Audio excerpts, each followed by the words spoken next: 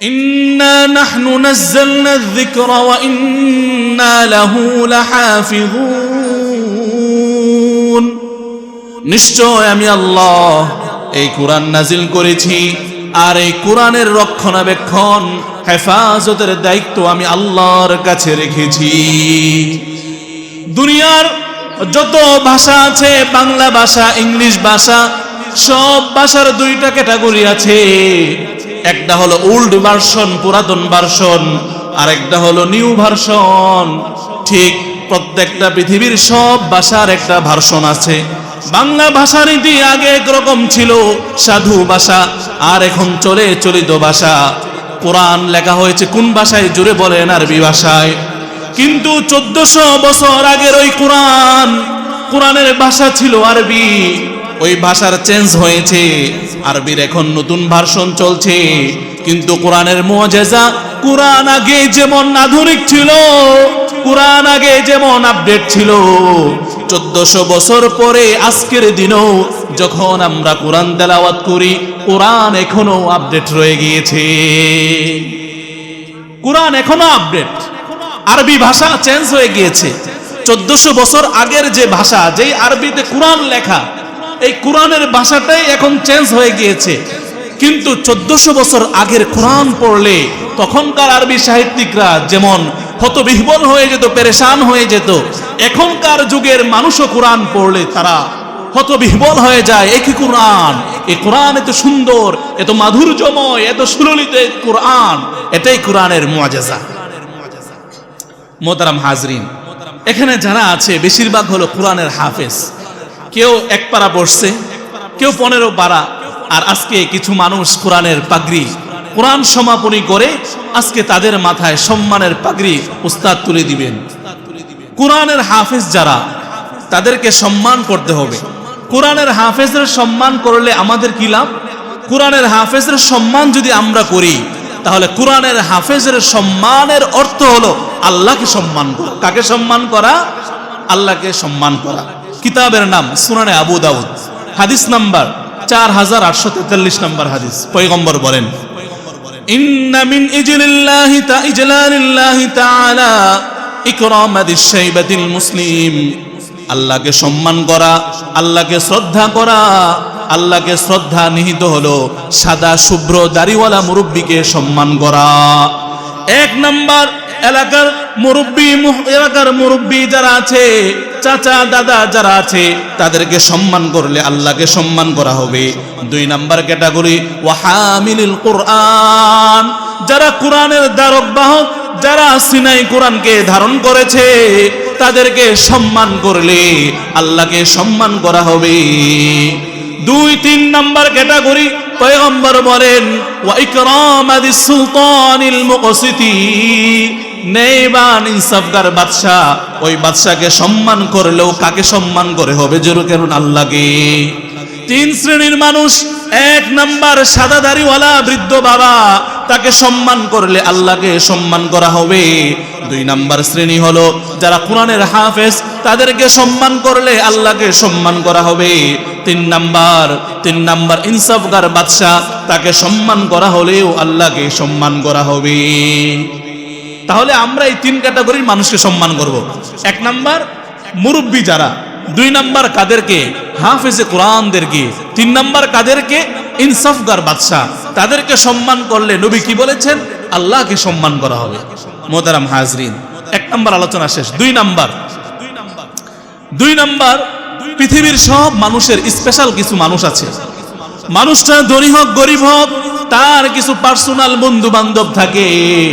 যখন সে বিপদে পড়ে, ওই মানুষগুলো তার বিপদে পাশে দাঁড়ায়, তার জন্য জীবন উৎসর্গ করে দেয়।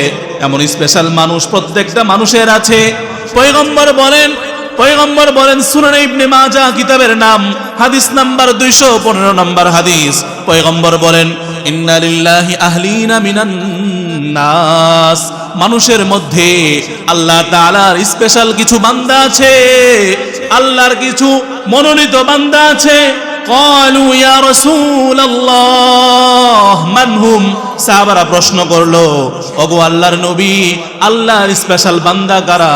পয়গম্বর বলেন হুম আহলুল কোরআন, কুরআনওয়ালা, যারা কুরআনকে সিনায় ধারণ করে, যারা কুরআনকে মুখস্থ করে, হিফজ করে, তারা হলো আহলুল্লাহি ওয়া খাসাতুহু, তারা হলো আল্লাহর স্পেশাল বান্দা এবং আল্লাহর বিশেষ বান্দা হলো তারা। তাহলে 2 নাম্বার কি বুঝলাম আমরা? যারা হাফেজে কুরআন তারা কার স্পেশাল বান্দা? আল্লাহর স্পেশাল বান্দা। 3 নাম্বার দুনিয়ার মানুষের অনেক অঢেল সম্পদ আছে, কিন্তু যেই মানুষটার গাড়ি নাই, বাড়ি নাই, লিকুইড মানি নাই, কিন্তু তার সিনায়, তার বুকে সামান্য কোরআনের কিছু অংশ আছে। পয়গম্বর বলেন এই কোরআনের অংশটা দুনিয়ার সব কিছু থেকে দামি, দুনিয়ার সব গাড়ি বাড়ি থেকে অনেক অনেক পরিমাণ দামি হলো কোরআন। কিতাবের নাম বুখারী শরীফ, হাদিস নাম্বার 5030 নাম্বার হাদিস। পয়গম্বর বলেন জাআত ইমরাতুন ইলান নবী সাল্লাল্লাহু আলাইহি ওয়াসাল্লাম, এক মহিলা সাহাবী পয়গম্বরের কাছে এসে বলে ইন্নী ওয়াহাবতু নাফসি লাকা, পয়গম্বর আমি আপনার কাছে আমাকে সঁপে দিলাম। পয়গম্বর কোনো কিছু বলেন না। ফাকামাত কিয়ামান তাওয়িলা, ওই মহিলা সাহাবী দীর্ঘক্ষণ যাবত দাঁড়িয়ে আছে, নবীজি কোনো কথা বলেন না, মাথা নিচু করে বসে আছে। এই অবস্থা দেখে ফাকালা রাজুলুন, এক সাহাবী বলল জাউইজনিহা ইল্লাম ইয়াকুন লাকা বিহা হাজাতুন।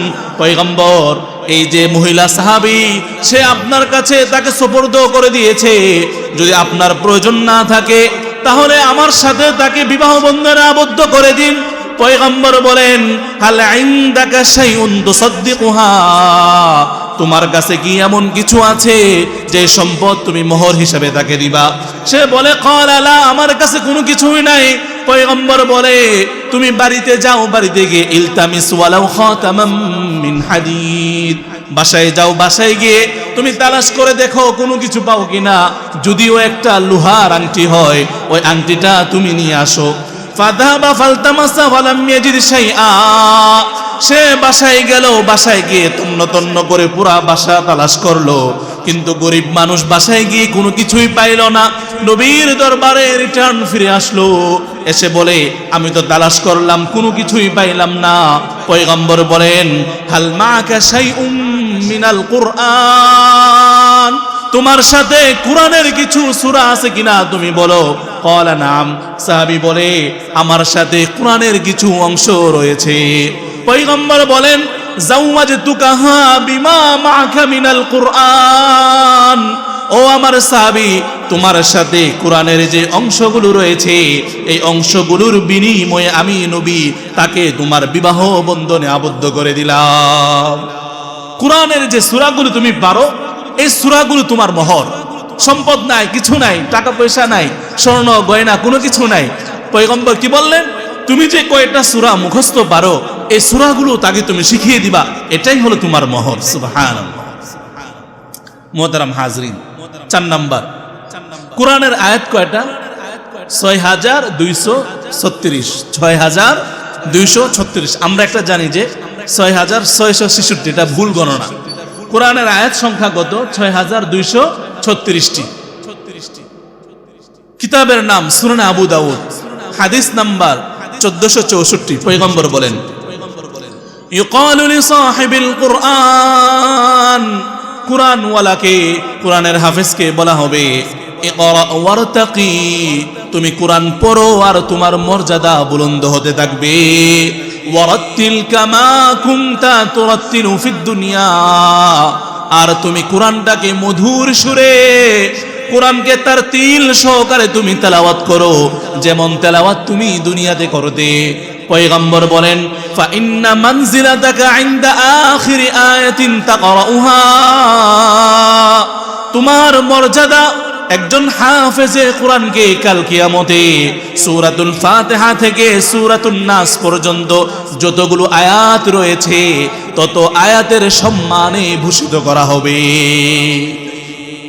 একজন হাফেজে কোরআনকে কোরআনের যতগুলো আয়াত আছে সবগুলো আয়াতের সংখ্যা পরিমাণ সমমর্যাদা দেওয়া হবে। সুবহানাল্লাহ। 5 নাম্বার কিয়ামতের দিন কোরআন এসে হাফেজে কোরআনের সাথে কথা বলবে।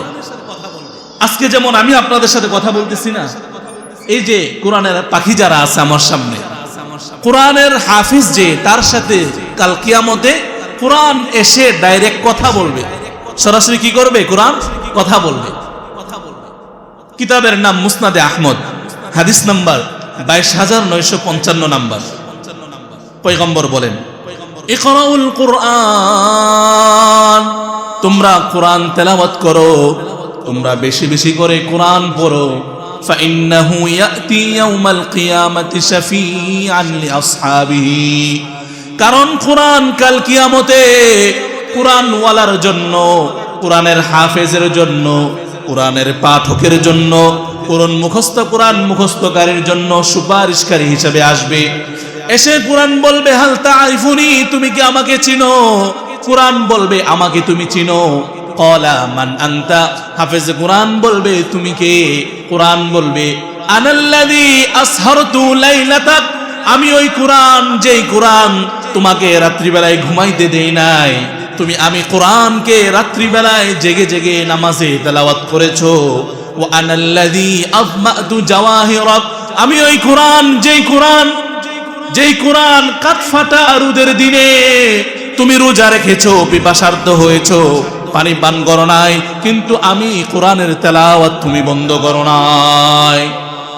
আর পয়গম্বর বলেন, ফায়ুতাল মুলকু বিয়ামিনিহি, তার ডান হাতে জান্নাতের মালিকানা দিয়ে দেওয়া হবে।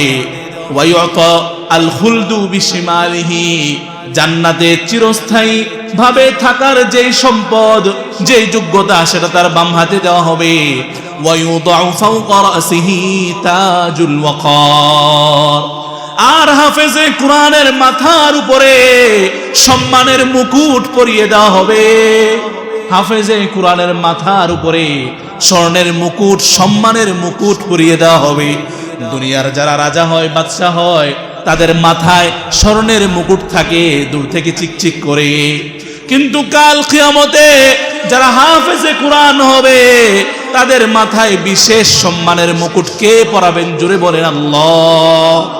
শুধু কি তাই না, পয়গম্বর আরো বলেন, ওয়ায়ুকসা ওয়ালিদাহু হুল্লাতান, হাফেজে কোরআনের মা বাবা যারা হবে, যেই মা যেই বাবা তার সন্তানটাকে দুনিয়াতে কষ্ট করে নিজে না খেয়ে, নিজে পোশাক না পরে সন্তানটাকে হাফেজে কোরআন বানিয়েছে, পয়গম্বর বলেন কাল কিয়ামতে ওই হাফেজে কোরআনের মা এবং বাবাকে সম্মানের দুইটা পোশাক পরিধান করানো হবে। পয়গম্বর বলেন, লা তুকাউইমু লাহুমাদ দুনিয়া ওয়া মা ফীহিমা, দুনিয়া এবং গোটা দুনিয়াতে যা কিছু রয়েছে কোনো কিছুই ওই জান্নাতি দুই পোশাকের সমতুল্য হবে না। মা বাবা এত দামি পোশাক পরে প্রশ্ন করবে, আন্না লানা হাযা, এই দুই পোশাক আমাদেরকে কেন দেওয়া হলো, কেন আমরা এই পোশাক পরলাম? তারা আশ্চর্য হয়ে যাবে। ক্বালু লাহুমা, মা বাবাকে বলা হবে, বিতালিমি ওয়ালাদিকুমা আল কুরআন, দুনিয়াতে তোমরা যে কষ্ট করে ছেলে মেয়েকে, সন্তানকে হাফেজ কোরআন বানিয়েছো, কোরআনের শিক্ষা দিয়েছো, কোরআনের দীক্ষা দিয়েছো, এই কারণে আল্লাহ তাআলা প্রতিদান স্বরূপ তোমাদেরকে জান্নাতে সম্মানের পোশাক পরিধান করিয়েছেন। 5 নাম্বার গেল। 6 নাম্বার, দুনিয়াতে মানুষ তদবির করে, চাকরির জন্য তদবির করে। দুনিয়াতে মানুষ একজন আরেকজনের কাছে সুপারিশ চায়, যে আমার জন্য একটু সুপারিশ করে দেন, চায় না? মেম্বার, এমপির কাছে, চেয়ারম্যানের কাছে বিভিন্ন কাজে সুপারিশ নিয়ে যায়। কিন্তু কাল কিয়ামতে মানুষ সুপারিশের জন্য একবার এক নবীর কাছে যাবে, আরেকবার আরেক নবীর কাছে যাবে। বুখারী শরীফের লম্বা 2 পৃষ্ঠার হাদিস। পয়গম্বর বলেন, দুনিয়ার মানুষগুলো কিয়ামতে ইয়া নাফসি ইয়া নাফসি বলবে, একবার এক নবীর কাছে যাবে, আরেকবার আরেক নবীর কাছে যাবে। প্রত্যেক নবী উত্তর দিবে, আমি জানি না, আমি জানি না। ওই কাল কিয়ামতে আমার আপনার জন্য নবীর সুপারিশ হবে, কিন্তু নবীর পাশাপাশি এই কোরআনে হাফেজের জন্য সুপারিশ হয়ে আসবে।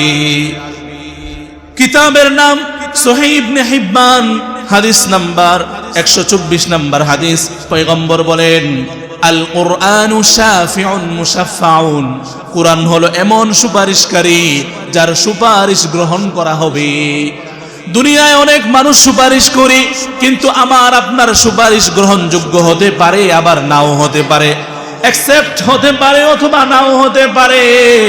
কিন্তু আল্লাহর নবী পয়গম্বর বলে দিয়েছেন, কোরআন এমন সুপারিশকারী যার সুপারিশ স্বয়ং আল্লাহ তাআলা গ্রহণ করবেন।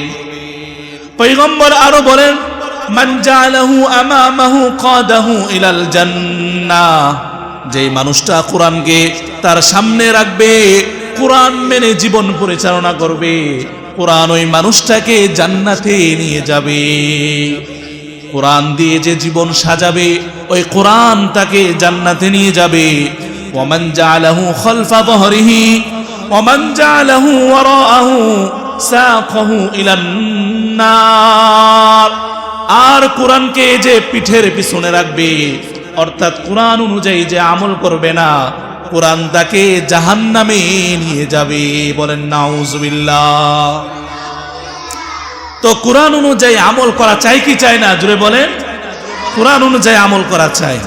কোরআন অনুযায়ী যদি আমরা আমল না করি, তাহলে এই জীবনটা তো যাবেই যাবে, আখিরাতের জীবনটাও নষ্ট হয়ে যাবে। এজন্য আমরা কি করব? এই কোরআন অনুযায়ী আমল করব। সব কিছু আমরা আমাদের টপ টু বটম, একেবারে মাথার উপর থেকে নিয়ে পায়ের তালু পর্যন্ত আমাদের সব চলাফেরা কি অনুযায়ী হবে? বলেন, কোরআন অনুযায়ী হবে। কি অনুযায়ী হবে? কোরআন অনুযায়ী হবে। কোরআন অনুযায়ী কি হবে? আমাদের জীবন পরিচালনা করতে হবে। আমাদের জীবন কি অনুযায়ী হবে? কোরআন অনুযায়ী হবে। আমাদের আগে কে থাকবে? কোরআন। কোরআন কোথায় থাকবে? আমাদের আগে না পিছনে? 7 নাম্বার, কোরআন পুরাটাই ফজিলতপূর্ণ, কোরআন পুরাটাই মর্যাদাময়। কিন্তু এই কোরআনের মাঝে 2টা সূরা স্পেশাল, সূরাতুল বাকারা আর হলো কোনটা? সূরাতে আলে ইমরান। সূরা বাকারা আর কোনটা? সূরা আলে ইমরান। কিতাবের নাম সহিহ বুখারী শরীফ। এই কিতাবে পয়গম্বর বলেন, ইকরাউল কুরআন ফাইন্নাহু ইয়াতি ইয়াউমাল কিয়ামাতি শাফিআন লিআসহাবিহি। পয়গম্বর বলেন, তোমরা কোরআন তেলাওয়াত করো, ফাইন্নাহু ইয়াতি ইয়াউমাল কিয়ামাতি শাফিআন লিআসহাবিহি, কারণ কোরআন কাল কিয়ামতে তার পাঠকের জন্য সুপারিশকারী হিসেবে আসবে। পয়গম্বর আরো বলেন, ইকরাউ সূরাতাল বাকারাতি ওয়া সূরাতা আলে ইমরান, সূরা বাকারা পড়ো, সূরা আলে ইমরান পড়ো। ইকরাউ যাহরাওয়াইন, তোমরা আলোকিত উজ্জ্বল 2টা সূরা বেশি বেশি করে পড়ো। তারকার মতো উজ্জ্বল আলোকিত 2টা সূরা কোনটা কোনটা? জোর বলেন, সূরাতুল বাকারা আর সূরাতু আলে ইমরান। পয়গম্বর বলেন, ফাইন্নাহুমা ইয়াতিয়ান, এই 2টা সূরা কাল কিয়ামতে আসবে। কান্নাহুমা গামামাতান, এই 2টা সূরা মেঘমালার মতো হয়ে আমাকে আপনাকে ছায়া দিবে। অথবা কান্নাহুমা গায়ায়াতান, ছায়ার মতো আমাদের উপরে লেগে থাকবে এই 2টা সূরা। পয়গম্বর আরো বলেন, আও কান্নাহুমা ফিরাকান মিন তায়রিন সাওয়াফ, দুই জাক পাখির মতো কোরআনের এই 2টা সূরা মুমিন মুসলমানকে কাল কিয়ামতে ছায়া দিতে থাকবে। পয়গম্বর বলেন, ইকরাউ সূরাতুল বাকারা, তোমরা সূরাতুল বাকারা পড়ো, ফাইন্না ফি আখযিহা বারাকা, সূরাতুল বাকারা গ্রহণ করলে তার মাঝে বরকত রয়েছে। ওয়া ফি তারকিহা হাসরা, সূরাতুল বাকারা যদি কেউ জেনে শুনে ছেড়ে দেয়, তাহলে সূরাতুল বাকারা মানুষের জন্য বিপদ ডেকে নিয়ে আসবে। পয়গম্বর আরো বলেন, ওয়ালা তাস্তাতিউহাল বাকারাতু, আর দুনিয়ার শয়তান জিন যারা রয়েছে, যারা মানুষের শরীরে দেহে ক্ষতি করে, অনেক সময় মানুষের সংসার ভেঙে দেয়, অনেক সময় ঘরের মাঝে শয়তান জিন শয়তানের উপদ্রব হয়। পয়গম্বর বলেন, দুনিয়ার মানুষ শয়তান আর জিন শয়তান, কোন শয়তান এই সূরাতুল বাকারার সাথে উঠতে পারবে না। এই জন্য আমাদেরকে অধিক পরিমাণে কোন সূরা পড়তে হবে? জুড়ে বলেন, সূরাতুল বাকারা। তাহলে সূরাতুল বাকারা কি করতে হবে? আমাদেরকে বেশি বেশি করে তেলাওয়াত করতে হবে। মোহতারাম হাজরিন, 7 নাম্বার গেল সূরা বাকারা, সূরা আলে ইমরানের ফজিলত। 8 নাম্বার পয়গম্বর বলেন, যেই ঘরে কোরআন তেলাওয়াত করা হয় না, যেই ঘরে কি করা হয় না, কোরআন তেলাওয়াত করা হয় না, ওই ঘরটা হলো কবরস্থান। কবরস্থানে জীবিত মানুষ থাকে না মরা মানুষ? কবরস্থানে জীবিত মানুষ থাকে না মরা মানুষ? কবরস্থানে মরা মানুষ থাকে। তো পয়গম্বর বলেন, মুসলিম শরীফের 804 নম্বর হাদিস, পয়গম্বর বলেন, লা তাজআলু বুয়ুতাকুম মাকাবিরা, তোমরা তোমাদের ঘরগুলোকে কবর বানিও না, তোমরা তোমাদের ঘরগুলোকে কবর বানিও না। ফাইন্নাশ শাইতানা ইয়ানফিরু মিনাল বাইতিল্লাযী তুকরাউ ফীহি সূরাতুল বাকারা, কারণ শয়তান ওই ঘর থেকে পলায়ন করে যেই ঘরে অধিক পরিমাণে সূরাতুল বাকারা তেলাওয়াত করা হয়। আপনি যদি দেখেন ঘরের মানুষগুলো নামাজ ছেড়ে দিয়েছে, বিবি নামাজ পড়ে না, মেয়ে নামাজ পড়ে না, সন্তানটা আগে নামাজ পড়তো এখন নামাজ পড়ে না, এমনকি আপনি নিজেও যদি দেখেন নামাজ পড়তে ভালো লাগে না, বেশি বেশি করে কোন সূরা পড়বেন? সূরাতুল বাকারা। সূরাতুল বাকারা বেশি করে পড়েন, নিজে পড়েন আর অন্যকে পড়তে উদ্বুদ্ধ করেন, কারণ যেই ঘরে সূরাতুল বাকারা তেলাওয়াত করা হয় ওই ঘরটা শয়তান মুক্ত ঘর হয়ে যায়। যেই ঘরে সূরাতুল বাকারা তেলাওয়াত করা হয় ওই ঘরটা কি হয়ে যায়? শয়তান মুক্ত ঘর হয়ে যায়।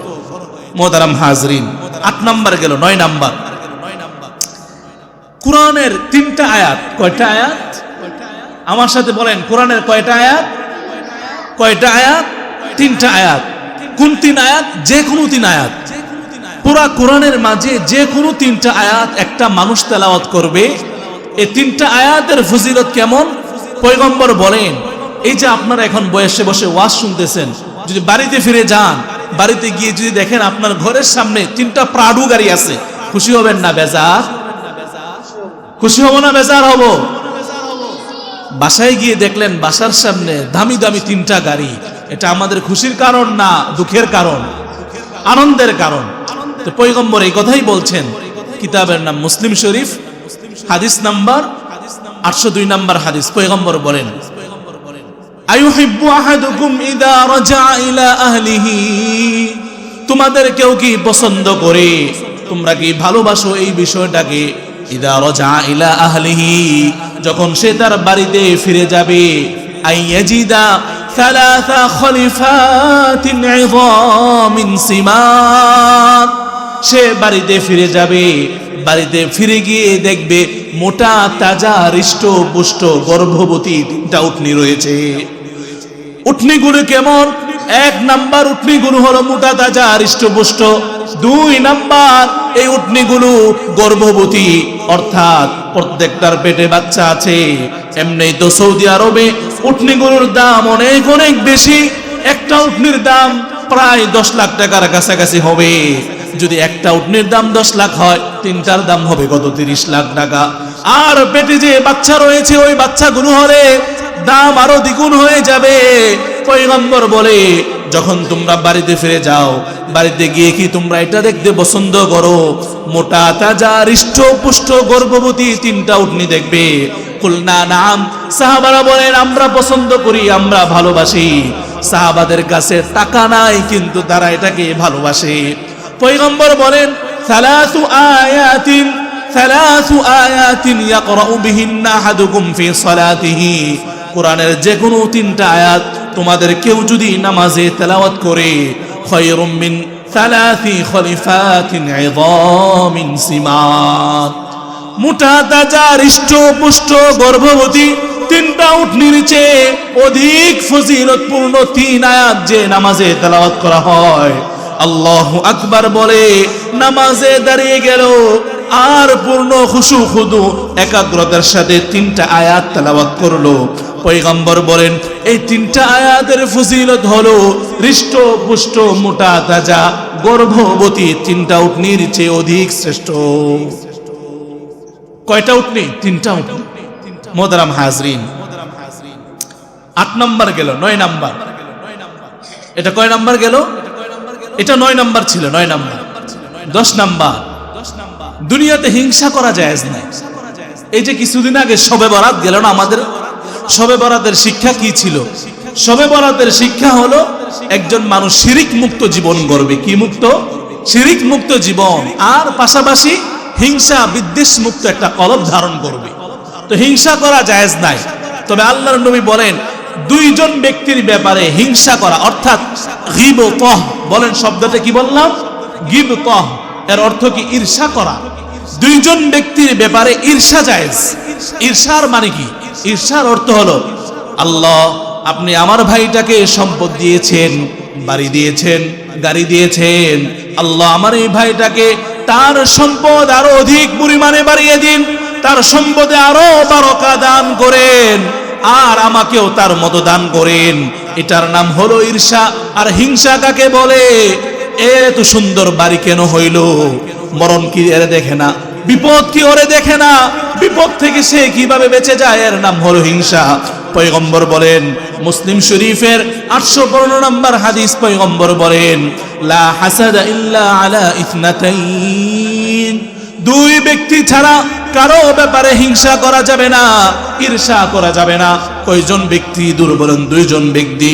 দুইজন ব্যক্তির ব্যাপারে ঈর্ষা করা যাবে, হিংসা করা যাবে। পয়গম্বর বলেন রাজুলুন আতাহুল্লাহু মালা, এমন একজন মানুষ যাকে আল্লাহ তাআলা ধনভাণ্ডার দিয়েছে, সম্পদ দিয়েছে, ফাহুয়া ইউনফিকু মিনহু আনা আল-লাইলি ওয়া আনা আন-নাহার। ওই মানুষটা সম্পদশালী মানুষ, তার সম্পদটা সে দিন রাত দিবানিশি আল্লাহর পথে ব্যয় করে, মানুষের উপকারে তার এই সম্পদগুলোকে সে ব্যয় করে দেয়।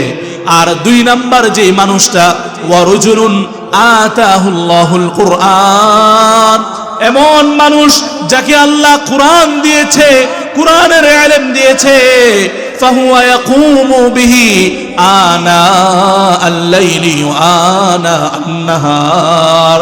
সে কোরআন পেয়ে দিন এবং রাত নামাজে দাঁড়িয়ে কোরআন তেলাওয়াত করে, খুশু খুজুর সাথে কোরআন পড়ে, আর আল্লাহর আয়াতগুলো নিয়ে ফিকির করে।